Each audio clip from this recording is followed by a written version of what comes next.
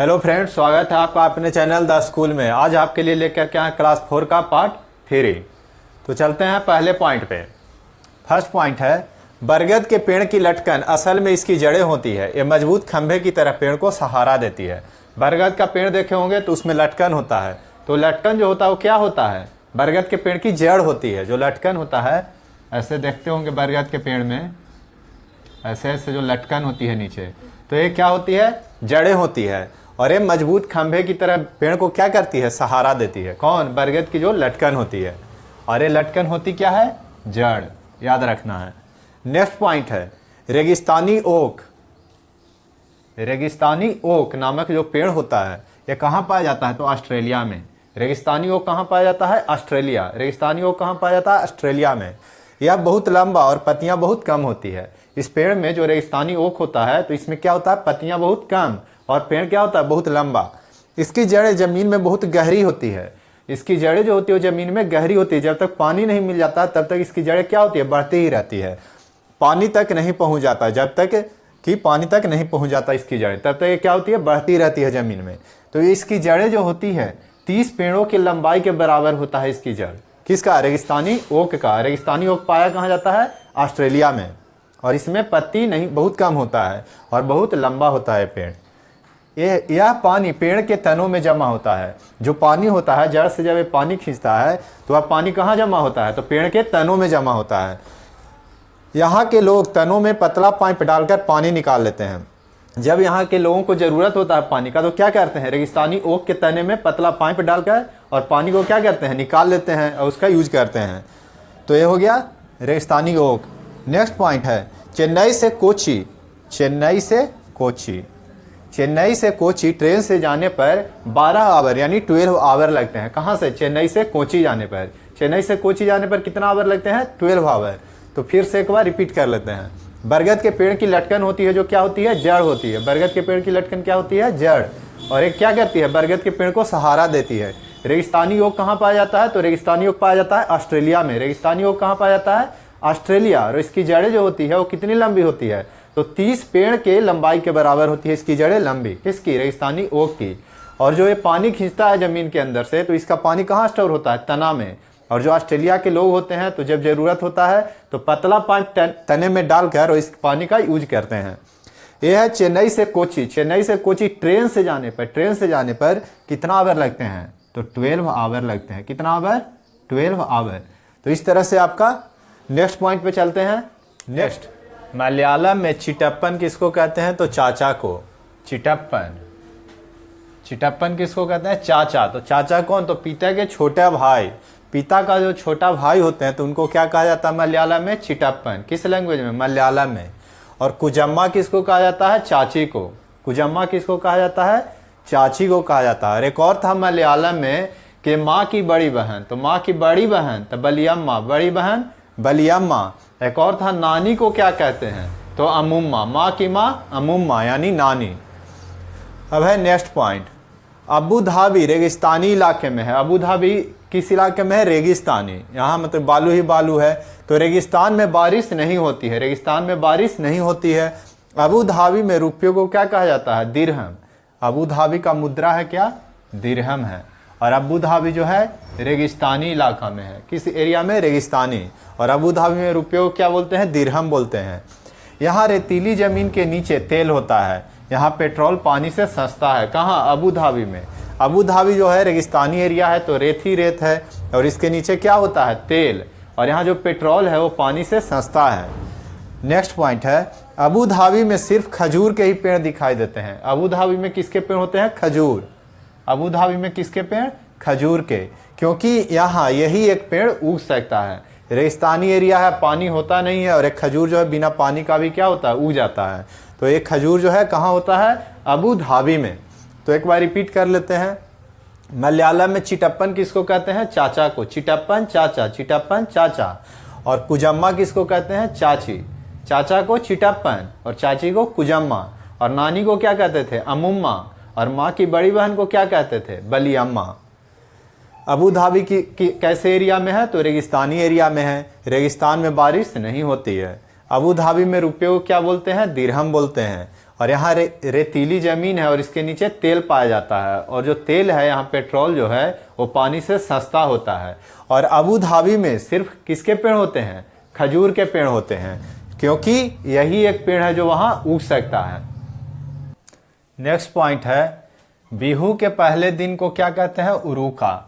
बिहू के पहले दिन को क्या कहते हैं? उरुका कहते हैं। इस दिन अस्थायी शेड बनाते हैं जिसे कहते हैं भेला घर। तो बिहू के पहले दिन को क्या कहते हैं? उरुका कहते हैं। और बिहू है कहाँ का है? तो ये है असम। असम। बिहू कहाँ का पर्व है? असम का है। और बिहू के पहले दिन को क्या कहते हैं? उरुका। उरुका कहते हैं। इस दिन अस्थायी शेड बनाते हैं जिसे कहते हैं भेला घर। जो छप्पर बनाया जाता है इस दिन, तो उसे क्या कहते हैं? भेला घर। और जब फसल का पहला कट करके आता है ना फसल, तो उस दिन मनाया जाता है ये उरुका। अब है नेक्स्ट, बोरा एंड चावल। बोरा और चावल जो है, चेवा जो है, असम में खाए जाने वाला चावल का किस्म है। बोरा एंड चेवा असम में खाया जाने वाला चावल का किस्म है। कौन? बोरा और चेवा। और ये क्या है? असम में। और ये क्या है? चावल का किस्म, याद रखना है। और ये असम का है। नेक्स्ट पॉइंट है, मुख्तारपुर गांव आंध्र प्रदेश के पोचमपल्ली जिला में है। कौन सा गांव? मुख्तारपुर गांव। अरे कहाँ है? आंध्र प्रदेश के पोचमपल्ली जिले में। आंध्र प्रदेश के पोचमपल्ली जिले में। पोचमपल्ली तेलंगाना राज्य का एक कस्बा है। पोचमपल्ली है कहाँ? तेलंगाना राज्य में। अब कोई पूछेगा पोचमपल्ली है कहाँ? तो तेलंगाना, क्योंकि आंध्र प्रदेश डिवाइड हुआ है तो चला गया है तेलंगाना में। और इस बार पूछा भी गया था। तो पोचमपल्ली कहाँ है? तेलंगाना राज्य में। और यहाँ जो है बुनाई को कहते हैं पोचमपल्ली। बुनाई को क्या कहते हैं? पोचमपल्ली कहते हैं। और यहाँ बुनाई बहुत ज़्यादा होता है, इसलिए क्या हो गया इसका नाम? पोचमपल्ली हो गया इस जगह का नाम। नेक्स्ट है, पोचमपल्ली कहाँ है? तेलंगाना। पोचमपल्ली कहाँ है? तेलंगाना। मुख्तारपुर गांव कहाँ है? आंध्र प्रदेश के पोचमपल्ली जिले में। अब है नेक्स्ट, अस्किटपो पुल। कौन सा पुल? अस्किटपो। अस्किटपो पुल गांव लद्दाख में स्थित है। अस्किटपो पुल गांव जो है वो कहाँ है? लद्दाख में। अस्किटपो पुल क्या है? एक गांव है, और ये है कहाँ? लद्दाख। अस्किटपो पुल कहाँ है? लद्दाख। अस्किटपो पुल कहाँ है? लद्दाख। लद्दाख में कहते हैं माँ को आमाले। लद्दाख में माँ को क्या कहते हैं? आमाले। माँ को क्या कहते हैं? आमाले। और पिताजी को क्या कहते हैं? आवाले।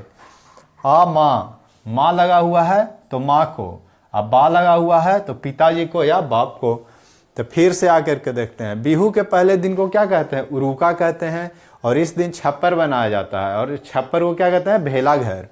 भेला घर कहते हैं। बोरा और चेवा असम में चावल का एक किस्म है। कौन? बोरा एंड चेवा। मुख्तारपुर गांव कहाँ है? आंध्र प्रदेश के पोचमपल्ली जिले में। पोचमपल्ली किस राज्य में है? तो तेलंगाना, याद रखना। पोचमपल्ली अब कहाँ है? तेलंगाना में। अस्किटपो पुल गांव कहाँ है? लद्दाख में। अस्किटपो पुल कहाँ है? लद्दाख। और लद्दाख में माँ को क्या कहते हैं? माँ, तो माँ लगा हुआ रहेगा, आ माँ, आमा ले। और पिताजी को क्या कहते हैं? तो बाप, यानी बा लगा हुआ रहेगा तो आ वाले, आवाले हो गया। अब चलते हैं नेक्स्ट पॉइंट पे। आते हैं नेक्स्ट पॉइंट, कर्नम मल्लेश्वरी आंध्र प्रदेश की रहने वाली है। कौन? कर्नम मल्लेश्वरी। कर्नम मल्लेश्वरी कहाँ की रहने वाली है? आंध्र प्रदेश की।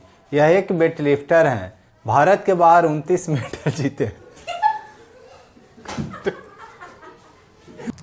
कर्नम मल्लेश्वरी कहाँ की रहने वाली है? आंध्र प्रदेश की रहने वाली है। और यह एक क्या है? वेट लिफ्टर है, यानी भारोत्तोलन करती है। कौन? कर्नम मल्लेश्वरी। तो कर्नम मल्लेश्वरी है कहाँ की? आंध्र प्रदेश। आंध्र प्रदेश, आंध्र प्रदेश। और एक क्या है? वेट लिफ्टर हैं। भारत के बाहर उन्होंने जीता है 29 मेडल। कौन? कर्नम मल्लेश्वरी ने। कितना मेडल? 29, यानी 29 मेडल। एक बार में यह 130 केजी वजन उठा लेती है। 130 केजी एक बार में कितना वजन उठाती है? 130 केजी। और ये कब से अभ्यास कर रही है? 12 साल से। 12 साल से अभ्यास कर रही है, तब ये जाकर के अब 130 केजी वजन उठा लेती है कर्नम मल्लेश्वरी। और पहली महिला है जो ओलंपिक में पदक जीती थी, ब्रॉन्ज मेडल, यानी कांस्य पदक जीती थी। कांस्य पदक, ओलंपिक में कांस्य पदक जीतने वाली प्रथम महिला है। कौन? कर्नम मल्लेश्वरी। कब? तो 2000 ईस्वी में जीती थी ये ओलंपिक में पहला मेडल। और नेक्स्ट पॉइंट है, lieutenant Bahida prism. Lieutenant Bahida prism. Bahida prism एक पूरी परेड की कमान संभालने वाली प्रथम महिला है। पूरी परेड की कमान संभालने वाली प्रथम महिला कौन है? तो वहीदा प्रिज्म है। और इनका जन्म कब हुआ था, कहाँ हुआ था? तो थाना मंडी गांव। कहाँ हुआ था? थाना मंडी गांव। थाना मंडी गांव है कहाँ? तो राजौरी जिला में है। राजौरी जिला जो कि जम्मू कश्मीर में पड़ता है। तो एक पूरी परेड की कमान संभालने वाली प्रथम महिला कौन है? वहीदा प्रिज्म है। और इनका जन्म कहाँ हुआ था? तो थाना मंडी गांव, राजौरी जिला जो कि जम्मू कश्मीर में है। कर्नम मल्लेश्वरी का जन्म कहाँ हुआ था? आंध्र प्रदेश में। और ये 130 केजी वजन उठा लेती है। क्या है? एक वेट लिफ्टर है, भारोत्तोलक है।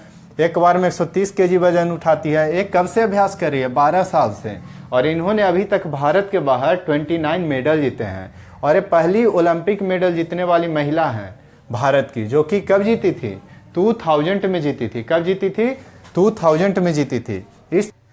इस तरह से आपका ये टोटली क्लास 4 का जितना भी था पार्ट, ये समाप्त हो गया है। लास्ट पार्ट था, तो क्लास 4 क्या हो गया है? अब आपका समाप्त हो गया है। इसी तरह आप क्लास 5 का लाएंगे। 1 to 5 के लिए 3, 4 और 5 NCERT क्लास जरूरी है। तो क्लास 4 हो गया, क्लास 3 हो गया, अब क्लास 5 लाएंगे। तो ये था पार्ट 3 जो कि लास्ट पार्ट था। और आप लोग को क्या करना है? लाइक, शेयर और सब्सक्राइब करते रहना है। तो धन्यवाद।